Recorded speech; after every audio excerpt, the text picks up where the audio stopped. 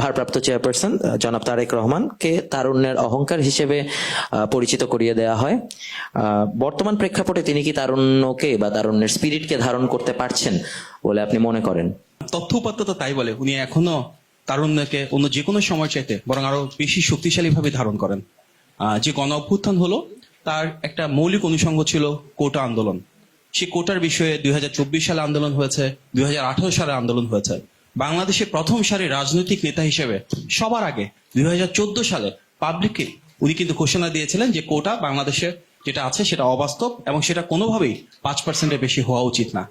আমি মনে করি এই কোটাটা 50 থেকে কমিয়ে মেধাবীদেরকে জায়গা দেওয়ার জন্য 5% মধ্যে নিয়ে আসা উচিত।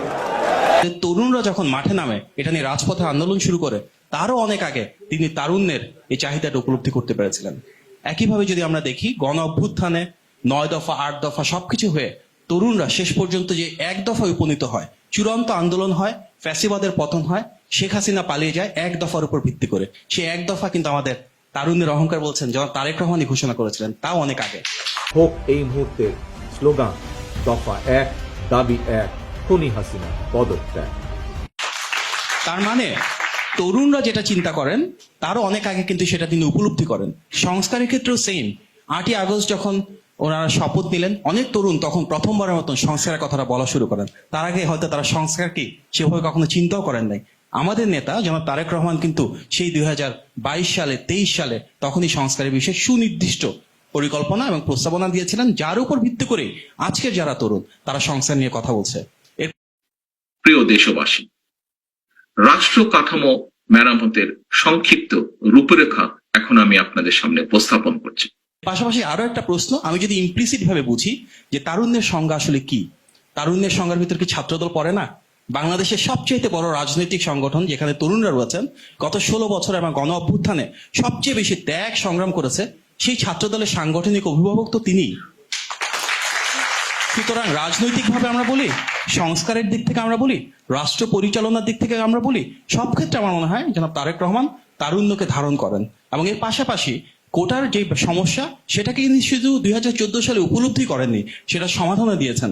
আপনি যদি দেখেন আমাদের 31 দফার একটা মৌলিক অনুষঙ্গ হচ্ছে যে ইনশাল্লাহ বিএনপি যখন রাষ্ট্র পরিচালনা আসবে, যারা শিক্ষিত বেকার, যাদের চাকরি নেই, চাকরি না পাওয়া পর্যন্ত 1 বছর পর্যন্ত তাদের জন্য বেকার ভাতার ব্যবস্থা করা হয়েছে। যোগ্যতা অনুযায়ী বেকার ভাতা করতে। তার মানে কি, আমরা চাই যে তারুণ্য তাদের জন্য কর্মসংস্থানের প্রেক্ষাপট তৈরি হয় এবং কর্মসংস্থান না পাওয়া পর্যন্ত রাষ্ট্র যেন ওনাদের জীবন জীবিকার দায়িত্ব পালন করে। এর পাশাপাশি কিন্তু আমাদের 31 দফা যেখানে অনেকদিন ধরে কাজ করেছেন উনি, সেখানে কিন্তু বারবার ঘুরে ঘুরে বিকেন্দ্রীকরণের কথা এসেছে, কর্মসংস্থানের কথা এসেছে। সেখানে আমরা বলেছি কি, আমাদের নেতার যে প্রস্তাবনা সে অনুযায়ী বাংলাদেশে ইনশাল্লাহ বিএনপি সরকার যখন আসবে তখন আমরা বহু ভাষা সৃষ্টি করব। অর্থাৎ প্রত্যেকটা শিক্ষার্থী যেন বাংলা এবং ইংলিশের বাইরে ফ্রেঞ্চ, জার্মান, অ্যারাবিক বা অন্য যে কোনো 3rd এবং 4th ল্যাঙ্গুয়েজ শিখতে পারে। এই শিক্ষাগুলোর মাধ্যমে কি হবে, বাংলাদেশে বসে থেকে তারা বিশ্ব নাগরিক হতে হবে। বিশ্ব নাগরিক হিসেবে বিশ্বের যে কোনো জায়গায় কাজের সুযোগ তৈরি হবে। অনেক তরুণ রয়েছে যাদের একটা বড় দাবি ছিল যে ফ্রিল্যান্সিং বা আউটসোর্সিং এর জন্য পেপাল শুরু করা। এটা শেখ হাসিনার সময়ে গত 16 বছরে করতে পারেনি। আমাদের নেতা সুস্পষ্ট বক্তব্য হচ্ছে বাংলাদেশ ইনশাল্লাহ বিএনপি সরকার আসলে ফাস্ট ট্র্যাকে পেপাল ইন্ট্রোডিউস করবে। সুতরাং আমরা যে কোনোভাবেই আমরা চেষ্টা করব এই পেপালের বিষয়টি সমস্যার সমাধান করতে। আমরা পেপালের অনুমোদনের বিষয়টি চেষ্টা করব অবশ্যই। আমাদের নেতার কাছে তারুণ্যের যে চাহিদা সেটা বলা লাগে না, উনি উপলব্ধি করেন। উনি একটা আইটারেটিভ প্রসেসে তৃণমূলের ক্ষমতার মাধ্যমে সকল শ্রেণী পেশার অংশ হিসেবে তারুণ্যের ক্ষমতায়নের মাধ্যমে তাদের যে চেষ্টা, তাদের যে প্রত্যাশা, সেটি ইনশাল্লাহ বিএনপি সরকারের মাধ্যমে প্রাপ্তির মেলবন্ধন ঘটাবে, সেটা আমরা বিশ্বাস করি।